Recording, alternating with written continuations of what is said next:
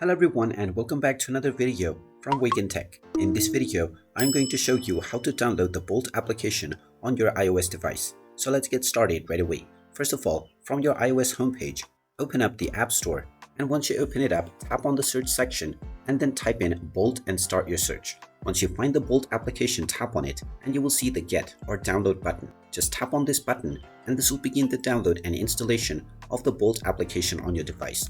Just wait for a while until the installation is completed, and when you see the Open button, you can tap on it to open up the Bolt application on your device. Once you open up the app, you can proceed with logging into your existing account or signing up to create a new one in order to start using Bolt on your device right away.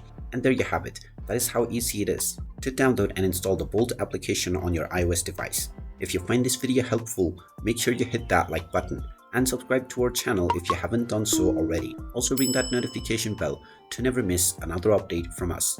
Thank you for watching and I will see you again in the next video.